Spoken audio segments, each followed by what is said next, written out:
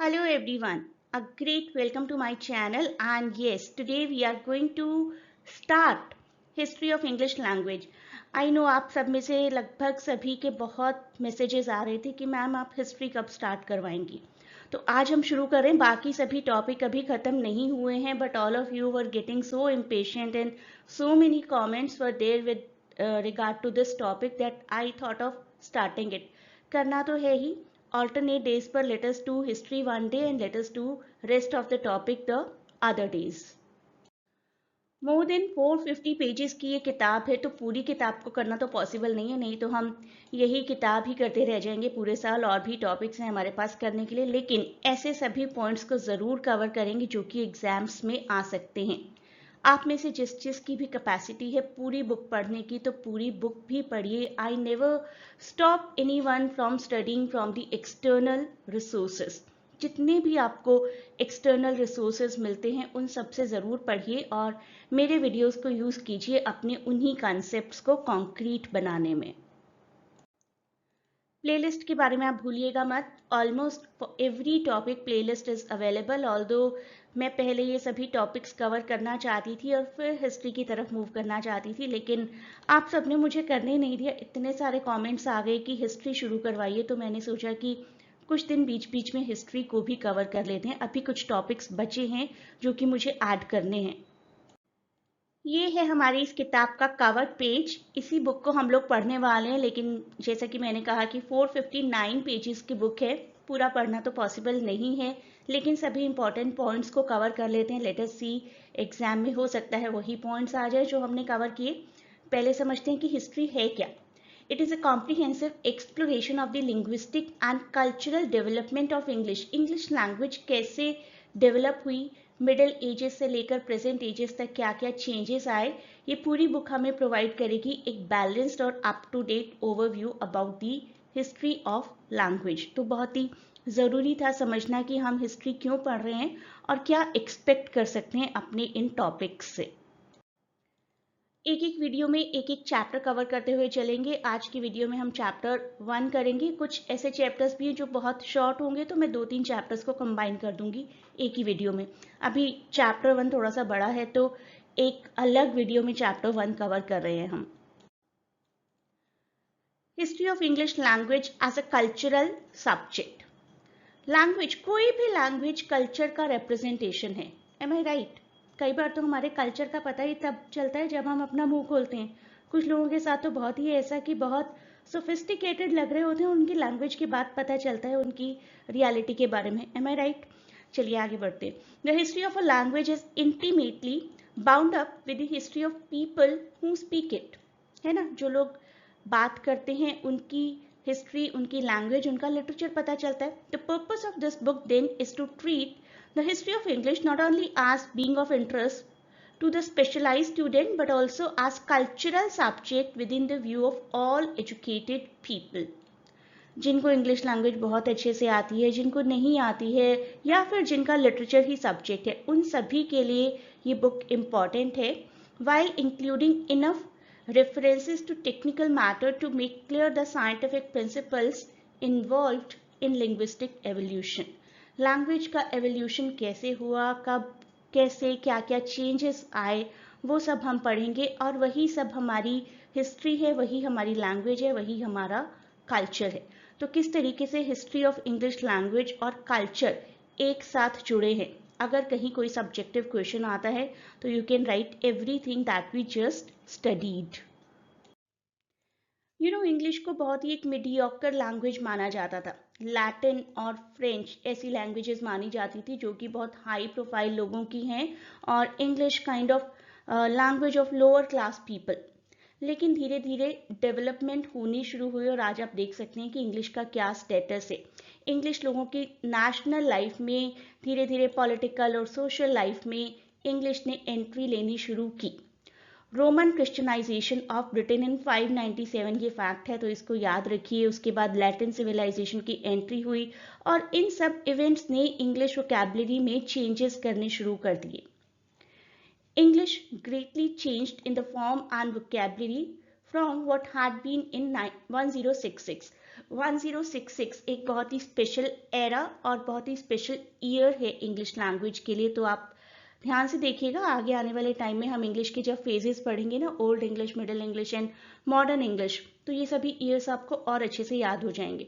तो बहुत सारी वॉर्स होती गई, बहुत सारे अटैक्स, बहुत सारी सोशल और पॉलिटिकल इवेंट्स, जिसकी वजह से इंग्लिश में धीरे धीरे धीरे करके चेंजेस आते गए। उन्हीं में से एक वॉर थी 100 ईयर्स वॉर, एंड धीरे धीरे मिडिल क्लास को इम्पोर्टेंस मिलने लगी और इंग्लिश ने अपनी पॉपुलैरिटी गेन कर ली। बहुत बड़ा कंट्रीब्यूशन जॉफरी चौसर को जाता है इंग्लिश लैंग्वेज को इम्पोर्टेंस दिलवाने का। और अब हम जानते हैं कि English commerce, industry, science, literature सबकी बहुत ही प्रोमिनेंट और सबसे ज़्यादा सिग्निफिकेंट लैंग्वेज बन चुकी है। हिंदी लैंग्वेज में एक बहुत बड़ी सीख आप सबने सुनी होगी, परिवर्तन सृष्टि का नियम है, ग्रोथ एंड डीके। जब और लैंग्वेजेस के साथ ऐसा होता है तो इंग्लिश के साथ क्यों नहीं होगा? इंग्लिश के साथ भी हुआ, और हो सकता है कभी इन फ्यूचर इंग्लिश बिल्कुल ही ऑब्सोलीट लैंग्वेज बन जाए, बिल्कुल विलुप्त हो जाए। हो सकता है ऐसा, we can not predict anything, लेकिन अभी बहुत इंपॉर्टेंट है इंग्लिश हम सबके लिए, एटलीस्ट आने वाले एग्जाम के लिए। So English, like all other languages, is subject to the constant growth and decay that characterize all forms of life. जितनी भी स्पीशीज हैं सभी के साथ ऐसा हुआ है, होता आया है और होता रहेगा। When a language ceases to change, we call it a dead language.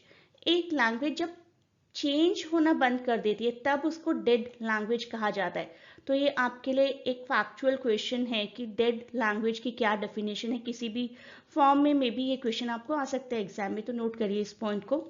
Classical Latin is a dead language because it has not changed for nearly 2000 years. तो मे बी आपको क्वेश्चन दे दिया जाए कि which of the following language is a dead language, तो वहां पर 3-4 option होंगे और उसमें एक ऑप्शन क्लासिकल लैटिन हो सकता है। तो नोट करिए इस पॉइंट को। Much of the vocabulary of Old English has been lost, and the development of a new word to meet new conditions is one of the most familiar phenomena of any language. Not our language, not this English language, लेकिन किसी भी वजह से किसी भी language में changes होना as per the current scenarios बहुत ही ज़रूरी है। अपनी इंग्लिश लैंग्वेज के एग्जाम्पल्स देखिए ना, कुछ साल पहले तक गूगल, व्हाट्सएप ऐसे वर्ड्स ही हमें पता नहीं थे, अब पता चलते हैं क्योंकि चेंज हो रही हैं पूरे वर्ल्ड की डेवलपमेंट कंडीशंस। आज हम जो कुछ भी पढ़ रहे हैं ना, उसको सिर्फ अभी के एग्जाम के पॉइंट ऑफ व्यू से ना पढ़कर एंजॉय करिए। मे बी कभी इन फ्यूचर आपको यही चीज़ें सब्जेक्टिव लेवल पर काम आ जाएं, और कुछ नहीं तो हमारी इंटरनल पर्सनैलिटी ज़रूर डेवलप होगी when we will know so much about the language that we are speaking. अब देखते हैं लैंग्वेज की इंपॉर्टेंस, किसी भी लैंग्वेज की, और स्पेसिफिकली फर्स्ट लैंग्वेज हम सबको बड़ी प्यारी होती है क्योंकि हमें वो बहुत अच्छे से आती है, और बाकी लैंग्वेजेस को फिर हम क्या बोलना शुरू कर देते हैं, they are the foreign languages. Languages become important because of events that shape the balance of power among nations. Right? एक नेशन है, बहुत पावरफुल है, पूरे वर्ल्ड पर उसने एक तरीके से डायरेक्टली और इनडायरेक्टली कब्जा किया हुआ है या कंट्रोल किया हुआ है किसी भी तरीके से, तो उस नेशन की लैंग्वेज अपने आप इंपॉर्टेंट बन जाती है पूरे वर्ल्ड के लिए। It is normal for a language to acquire through various means, including borrowing from other languages the words that it needs. Thus, any language among 4,000 languages of the world could have attained the position of importance that the half dozen or so most widely spoken languages have attained if the external conditions had been right. तो दुनिया में 4,000 से ज़्यादा language हैं, लेकिन उसमें से half dozen languages ही पूरे वर्ल्ड में बहुत इंपॉर्टेंट हैं। उनमें से हम कुछ के नाम यहाँ ले सकते हैं, इंग्लिश, फ्रेंच, जर्मन, स्पेनिश।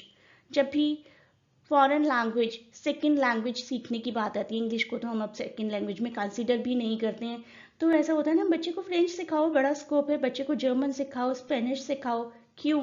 क्योंकि इन लैंग्वेजेस की वर्ल्ड पॉलिटिकल लेवल पर इंपॉर्टेंस है, इंपॉर्टेंट लैंग्वेजेस हैं because of the history and because of their influence in today's world. Greek, for example, is studied in its classical form because of the great civilization preserved and recorded in its literature. Greek language को आज भी बहुत अच्छे से बिल्कुल original form में पढ़ा जाता है, क्योंकि ग्रीक सिविलाइजेशन जो है वो बहुत इंपॉर्टेंट है हिस्टोरिकल और कल्चरल पॉइंट ऑफ व्यू से.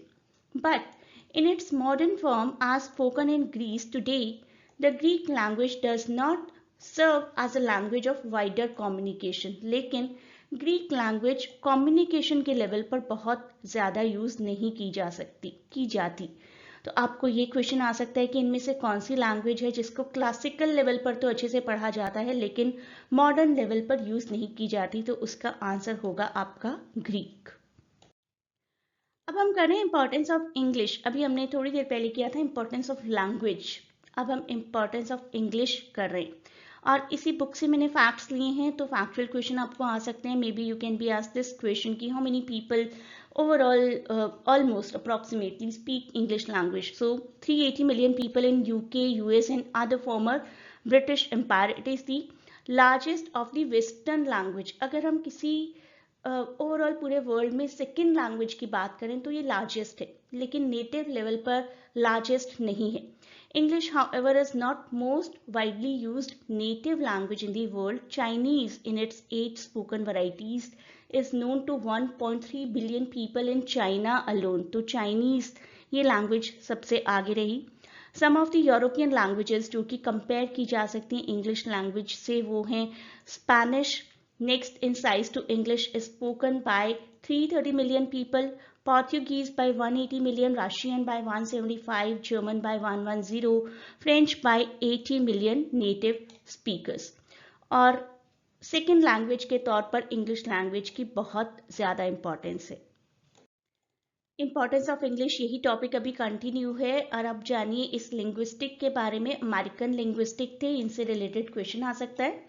Fishman, American linguist Fishman, Joshua Fishman, makes the point that English is less loved but more used. तो ये कोट आ सकती है आपको एग्जाम में. किसने ये कोट दी थी?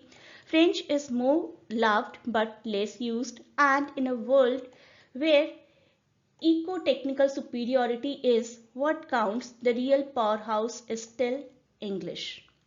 तो जो कुछ भी है, प्यार किया जाता है इंग्लिश लैंग्वेज से या नहीं, लेकिन फिर भी इंग्लिश लैंग्वेज बहुत ही इंपॉर्टेंट है. किसने कहा था? जॉशुआ फिशमैन ने, अमेरिकन लिंग्विस्ट. तो ये कोट आपको याद रखनी है. कोट किसने कही थी ये आपको याद रखना है. अब फ्यूचर देखते हैं इंग्लिश लैंग्वेज का. वैसे ब्राइट ही है, हमें मालूम है, लेकिन कुछ पैरामीटर्स हैं वो देखने ज़रूरी हैं अपने एग्ज़ाम के लिए at least.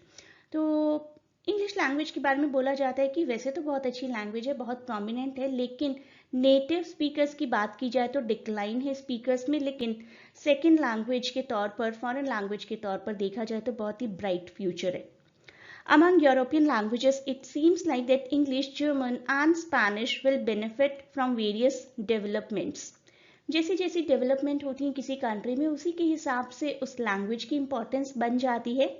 The breakup of Soviet union, हम सभी जानते हैं कि सोवियत यूनियन का ब्रेकअप हुआ था 90s में.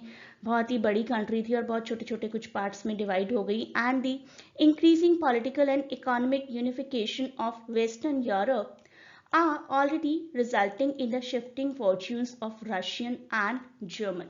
धीरे धीरे बाकी सभी लैंग्वेजेस को भी इंपॉर्टेंस मिल रही है और इंग्लिश लैंग्वेज का भी एक अलग ही लेवल डेवलप हो रहा है. That everything depends upon the political importance of the country. अब देखते हैं वर्ल्ड लैंग्वेज के तौर पर इंग्लिश की क्या इंपॉर्टेंस है. इंग्लिश एक इकलौती ऐसी लैंग्वेज नहीं है जो वर्ल्ड लैंग्वेज के तौर पर डेवलप हुई है. पहले भी कुछ लैंग्वेजेस आई हैं लेकिन ऑब्सोलीट हो गई या फिर उतनी इंपॉर्टेंट नहीं रही. 1880 और 1907 के बीच में काफ़ी डेवलपमेंट्स हुई हैं. 3 universal languages were proposed. Some of these enjoyed an amazing if temporary vogue. 1889 में वॉलोपुक लैंग्वेज आई थी. उसके कुछ साल बाद एस्पेरेंटो लैंग्वेज आई थी विद सिमिलर वोग, लेकिन आज सिर्फ लोकल ग्रुप्स और ऑर्गेनाइजेशंस बोलते हैं. और कुछ साल पहले फ्रेंच भी आई थी. To have attend an undisputed claim to such power, it was then widely cultivated throughout Europe as the language of polite society. It was diplomatic language of the world and it enjoyed considerable popularity in literary and scientific circles. During the 19th century, its prestige, though still great, gradually declined. जो status English language का है वो नहीं मिल पाया French को, लेकिन although French अभी भी बहुत रिस्पेक्ट की जाती है और बहुत सारे लोग फ्रेंच लैंग्वेज सीखते हैं, सीखना चाहते हैं। 7th पॉइंट ही कंटिन्यूड है अभी। सिंस वर्ल्ड वॉर टू कब हुई थी? 1939 से 45 के बीच में। थोड़े थोड़े आपको जीके भी लर्न करनी पड़ेगी, कुछ भी आ सकता है एग्जाम में। World war two, English as an official language has claimed progressively less territory among the former colonies of the British Empire, while its actual importance and number of speakers have increased rapidly. World Wars का भी बहुत बड़ा impact है, क्योंकि world Wars में European countries का काफ़ी role होता था और इसी वजह से इंग्लिश लैंग्वेजेस भी बहुत ज़्यादा डेवलप हो गई हैं। प्लस ब्रिटेन ने ही तो ऑलमोस्ट पूरे वर्ल्ड को कॉलोनाइज किया था, उस वजह से भी इंग्लिश लैंग्वेज डेवलप हो गई। At the time of the first edition of this history, जो बुक हम पढ़ रहे हैं 1935 में इसका फर्स्ट एडिशन आया था, ये भी एक फैक्ट है आपके लिए। English was the official language of the 1/4 of the earth's surface, even if only a small fraction of population in parts of that area actually knew English. Official language तो थी, लोग जानते थे या नहीं, that is a secondary fact. In Uganda, for example, where no language is spoken as a first language by more than 16% of the population, ये आपको as a factual question आ सकता है। English is one official language, तो Uganda एक ऐसा place जहाँ पर कोई खुद की लैंग्वेज नहीं है, फर्स्ट लैंग्वेज या नेटिव लैंग्वेज नहीं है, इंग्लिश वहाँ की ऑफिशियल लैंग्वेज है, yet less than 1% of the population speaks it as a first language. India में देखिए क्या सिनेरियो है। In India, English was to serve transitional purposes only until 1965. जब हमें आज़ादी मिली तो बोला गया कि 1965 तक हम इंग्लिश लैंग्वेज को यूज़ करेंगे, but it continues to be used officially with Hindi and other national languages, क्योंकि इंग्लिश एक ऐसी लैंग्वेज है जो कि पूरे इंडिया को जोड़ कर रखती है, क्योंकि इंडिया में बहुत ही ज़्यादा लैंग्वेजेस बोली जाती हैं। जैसे हमने फिशमैन का एक कंसेप्ट पढ़ा था, वैसे ही अब एक इंडियन लिंग्विस्ट, बहुत ही पॉपुलर इंडियन लिंग्विस्ट हैं ब्रज कचरू, उनका एक ओपिनियन हमें पढ़ना है। Way over 650 artificial languages have failed, English has succeeded. किसने कहा था ये सब कुछ? ये आपको आ सकता है एग्जाम में, या इसी स्टेटमेंट के बीच में से कोई क्वेश्चन आ सकता है। Way many other natural languages with political and economic power to back them up have failed. बहुत सारी और लैंग्वेजेस आई गई, इंग्लिश बनी हुई है, इंग्लिश ने सक्सेस पाई है। One reason for this dominance of English is its propensity for acquiring new identities, its power of assimilation, its adaptability for decolonization as a language, its manifestation in a range of varieties, and above all, its suitability as a flexible medium for literary and other types of creativity across languages and culture. English में वो सारी specialities हैं जो कि इसको एक ऐसी language बनाती है जो सब लैंग्वेजेस को फेल कर दे, सब लैंग्वेजेस को डोमिनेट कर दे। इंग्लिश में एक ऐसी पावर है and it is a language which can be adapted very easily. तो ब्रज कचरू ने ये कहा था इंग्लिश लैंग्वेज के बारे में। During the 1990s, the explosive growth of the internet जिसकी वजह से मैं ये लेक्चर क्रिएट कर पाई और आप इस लेक्चर को रिसीव कर पाए। It was extending English as a world language in ways that could not have been foreseen only a few years earlier. सबसे ज़्यादा तो इंग्लिश लैंग्वेज को डेवलप करवाने का और इम्पॉर्टेंट बनाने का क्रेडिट जाता है इंटरनेट को। कीबोर्ड देखिए अपना अभी, चाहे आप फ़ोन से इस लेक्चर को अटेंड कर रहे हैं या फिर लैपटॉप से, सभी का कीबोर्ड इंग्लिश लैंग्वेज में है, राइट? मे बी कोई एक्सेप्शन हो, all the fingers can not be alike, लेकिन हम में से बहुत से लोग इमेजिन भी नहीं कर सकते कि हम कीबोर्ड ही हिंदी लैंग्वेज का या अपनी किसी नेटिव लैंग्वेज का यूज़ करेंगे, राइट? तो दैट शोज़ कि इंग्लिश की कितनी इम्पोर्टेंस है। जो भी टेक्नोलॉजिकल चेंजेस आ रहे हैं ना, वो सभी इंग्लिश लैंग्वेज में हैं और that makes it the fact कि इंग्लिश लैंग्वेज की बहुत इम्पोर्टेंस है। सो The development of technology and software to run the internet took place in US originally as ARPANET. ये आपको याद रखना है, इसकी फुल फॉर्म आ सकती है आपको एग्जाम में या फिर कोई भी रिलेटेड क्वेश्चन आ सकता है. The advanced research project agency network. A communication system began in 1969. Year आ सकता है. By US department. किस कंट्री ने स्टार्ट किया था ये आ सकता है. क्यों स्टार्ट किया था. डिफेंस पर्पज से. इन conjunction with military contractors and universities. तो इंटरनेट को जब से स्टार्ट किया गया इंग्लिश लैंग्वेज की इंपॉर्टेंस और ज्यादा बढ़ गई. In 2000 or we can say by 2000, English was the dominant language of internet with more than half of the internet hosts located in US and as many as 3/4 in the US and other English speaking countries. अब देखते हैं इसी language के बारे में Bill Gates ने क्या कहा. बिल गेट्स का परिचय देने की तो जरूरत नहीं है. In September 2000, Bill Gates predicted that English would be the language of web for the next 10 years because accurate computerized translation would be more than a decade away. Yet, 4 months later, China announced the world's first Chinese English internet browser with a reported translation accuracy of 80%. तो अभी जो कुछ भी हमने पढ़ा ये coat किसने दी कि 10 साल तक इंग्लिश बहुत ही प्रोमिनेंट इंटरनेट लैंग्वेज बन जाएगी इन 2000 सितंबर. किसने दी थी ये कोट, किसने कही थी ये बात. बिल गेट्स ने. और इसके बाद कौन सी कंट्री थी जिसने चाइनीज इंग्लिश ब्राउजर बना दिया या किसी और लैंग्वेज का इंग्लिश ब्राउजर क्रिएट कर दिया. वो क्वेश्चन आपको आ सकता है एग्जाम में. और उसकी एक्यूरेसी कितनी थी ये क्वेश्चन आ सकता है 80%. अब बढ़ते हैं एसेट्स और लायबिलिटीज पॉइंट की तरफ, यानी कि प्रोज एंड कॉन्स, जो कि सभी एंटिटीज के, सभी दुनिया में जो कुछ भी एग्जिस्ट करता है हर फीचर के साथ, हर ऑब्जेक्ट के साथ होते हैं. All languages are adequate for the need of their culture and we may assume without argument that English shares with the other major languages of Europe the ability to express the multiplicity of ideas and refinement of thoughts that demand expression in our modern civilization.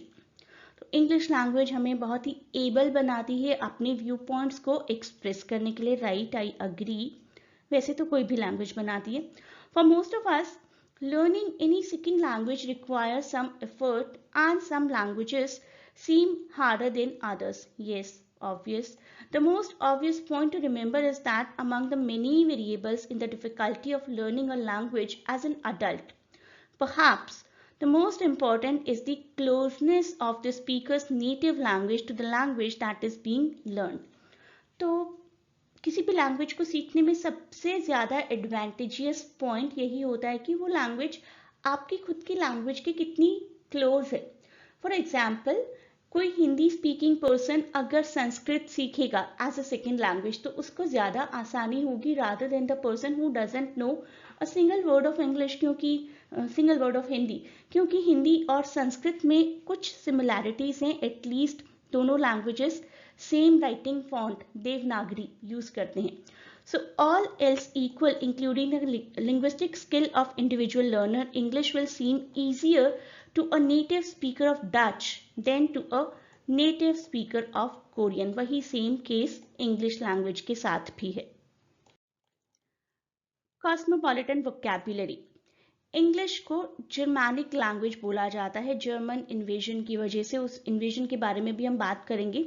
That is to say, it belongs to the group of languages to which German, Dutch, Flemish, Danish, Swedish and Norwegian also belong. In languages के combination को करके आपको कोई question दिया जा सकता है. On the other hand, more than half of its vocabulary is derived from Latin. Some of these borrowings have been direct, a great many through French, some through the other Romance language as a result. तो बहुत सारी languages से English ने अपनी borrowings ली हैं और सबसे ज़्यादा कंट्रीब्यूशन उसमें लैटिन लैंग्वेज का है.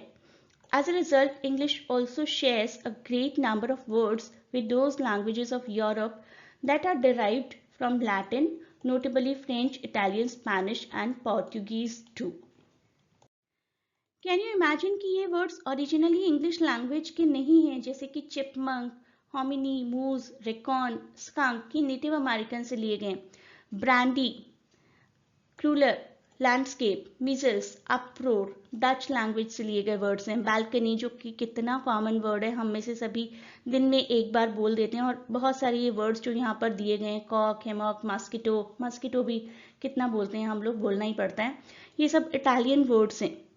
एक्रोबेट, एंटोलॉजी, एंटोलॉजी तो कितना पॉपुलर वर्ड लिटरेचर में यूज किया जाता है। Barometer, catastrophe, chronology, elastic, magic, magic word को हम कितना कॉमन मानते हैं इंग्लिश लैंग्वेज का word, but actually it is Greek.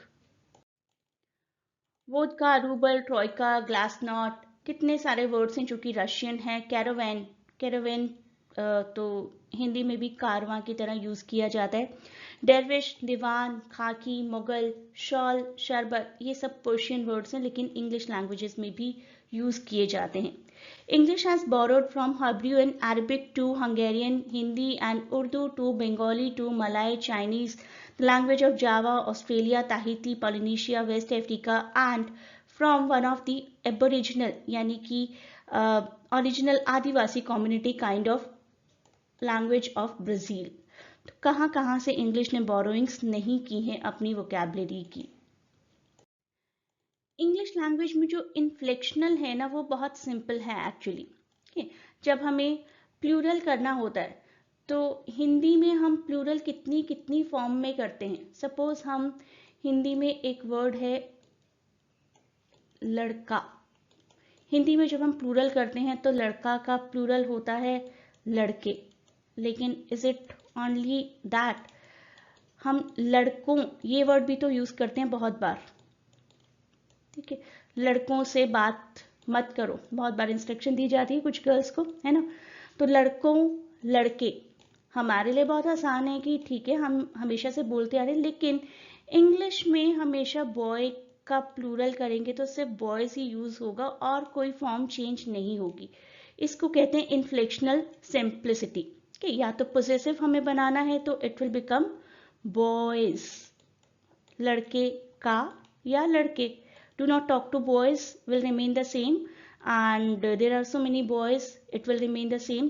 बहुत सारे लड़के बैठे हैं, यहाँ पर चेंज हो जाएगी फॉर्म, और लड़कों से बात मत करो, यहाँ पर बात की फॉर्म चेंज हो जाएगी। लेकिन इंग्लिश लैंग्वेज में ऐसा कुछ नहीं होता। तो इंग्लिश लैंग्वेज का जो इन्फ्लेक्शन है वो बहुत सिंपल है।